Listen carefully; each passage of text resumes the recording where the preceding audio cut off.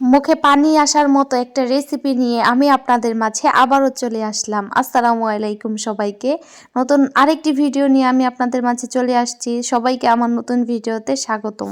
এই ভিডিও দেখার পর কারো মুখে পানি চলে আসলে সেটার জন্য কিন্তু মোটেও আমি দায়ী না। আপনাদের যদি এটা দেখে মুখে পানি চলে আসে তাহলে আপনারাও আমার রেসিপি ফলো করে বানিয়ে ফেলতে পারেন এইরকম মজাদার চালতার আচার। আমার মনে হয় না পৃথিবীতে এমন কোনো মেয়ে মানুষ আছে যার মানে আচার দেখলে মুখে পানি আসবে না, আর আচারের প্রতি তাদের দুর্বলতা কাজ করে না। এমনকি অনেক ছেলে মানুষ আছে যারা অনেক বেশি আচার পছন্দ করে, কিন্তু ম্যাক্সিমাম মেয়ে মানুষরাই আচার বেশি পছন্দ করে। তো আজকের ভিডিওটা আমার আজকের ভিডিওটা আপনাদের মানে যারা আচার পছন্দ করেন তাদের জন্য। তো চালতার আচার বানানোর জন্য আমি প্রথমেই আমাদের নানিদের বাসা থেকে কতগুলো চালতা পেড়ে নিয়ে আসছি। চালতা পেড়ে আনতে অনেক বেশি কষ্ট হয়েছে। মানে আর একটা ভালো জিনিস হয়েছে, সেটা হচ্ছে যে আমি 2টা চালতা পেরেছি আর নিচে গিয়ে দেখি 5টা চালতা পড়ে আছে। মানে আগে থেকে অনেকগুলো চালতা নিচে পড়েছিল, তো ওই 5টা চালতায় আমি নিয়ে আসছি। পরে আমি ভাবলাম প্রথম প্রথম আচার বানাবো, কেমন না কেমন হয়, এজন্য 2টা চালতা নিয়েছি আচার বানানোর জন্য আর 3টা রেখে দিয়েছি। ইনশাল্লাহ পরবর্তীতে আবার ওই 3টার আচার বানিয়ে আপনাদেরকে দেখাবো। আর আজকের চালতার আচারটা আমি একটু অন্যরকমভাবে বানাচ্ছি। সচরাচর আমাদের এইখানে সবাই চালতা সিদ্ধ করে তারপর হচ্ছে সেটাকে ছেঁচে তারপরে বানায়।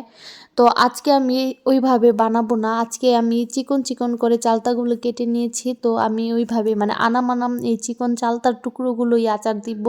মানে কোনো ছেঁচাছেঁচি করবো না আর কি, পাটার মধ্যে মানে কোনো ছেঁচা দিব না, কিন্তু সিদ্ধ করবো ঠিকই।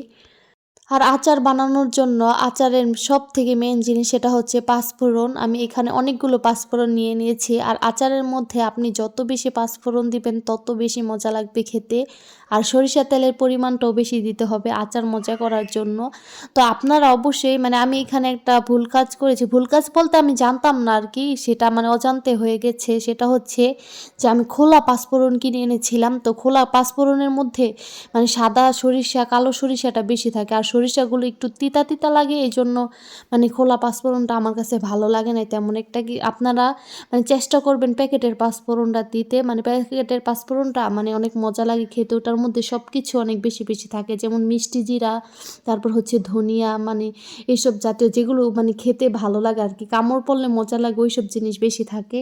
কিন্তু এখানে শুধু সরিষার পরিমাণ আর ধনিয়ার পরিমাণ অনেক বেশি ছিল। আমার কাছে আর কি একটু তিতা তিতা লাগছে, ভাল লাগে নাই তেমন একটা এই পাঁচফোড়নটা। তো আমার মনে হয়েছে যে প্যাকেটেরটা দিলেই বেশি ভালো হইতো। তো মানে আমার মনে হয়েছে যে আমি ভুল কাজ করেছি। তো আপনারা এটা করবেন না, আপনারা সবসময় প্যাকেটের পাঁচফোড়ন দিয়েই আচারটা বানানোর চেষ্টা করবেন।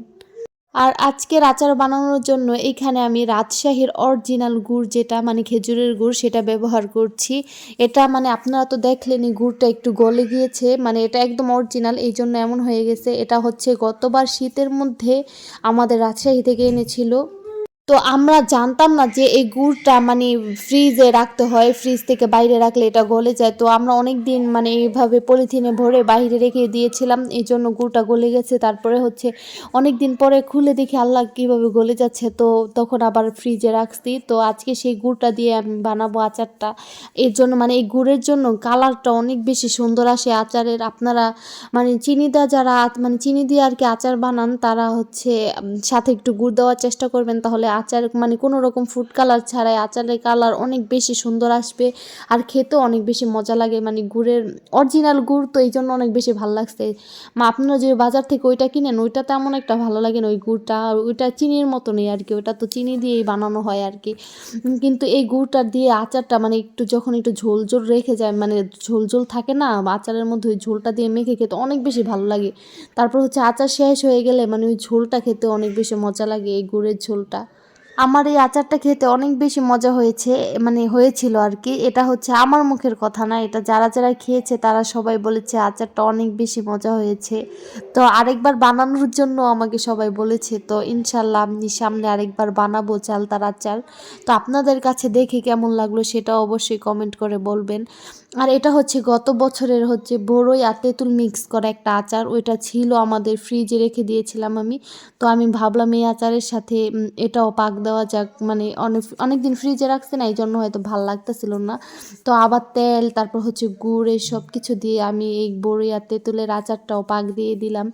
এই আচারটাও খেতে অনেক বেশি মজার হয়েছিল, কিন্তু গতবার আমরা অনেক বেশি আচার দিয়েছিলাম, তো এই জন্য এটা আর খাওয়া হয়নি। তো ভয়েস দিতে দিতে আমার আবারও আচার খেতে ইচ্ছে করছে, আমার মুখে পানি চলে আসছে, আপনারা অবশ্যই ভয়েস শুনে বুঝতে পারতেছেন সেটা। তো আজকে আমার ভিডিও এই পর্যন্তই। সবাই ভালো থাকবেন, সুস্থ থাকবেন, আর আমার জন্য দোয়া করবেন। আর আমার ভিডিওতে অবশ্যই বেশি বেশি করে লাইক কমেন্ট করবেন আর শেয়ারও করবেন ভালো লাগলে। মানে আপনারা যাদের থেকে আচার খেতে চান তাদেরকে এই ভিডিওটা শেয়ার করবেন আর বলবেন যে আপনারা এইরকম আচার খেতে চান, তাহলে তারা আপনাদেরকে আচার বানিয়ে খাওয়াবে। তো সবাই ভালো থাকবেন, আল্লাহ হাফেজ।